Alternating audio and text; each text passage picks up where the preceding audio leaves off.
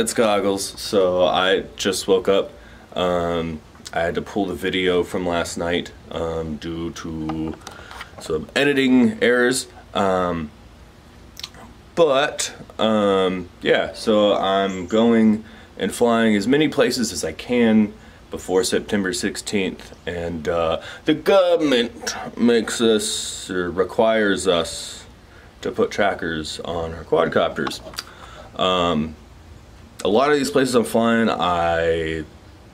it's my first time there, so like I don't know very many lines to take. So a lot of it's me just poking around, being like, cool, new spot. And then I'll go back to those spots and fly them at some point. And yeah, well, I'll go get some better lines or whatever flying there. But I'll shut up and we can get to flying.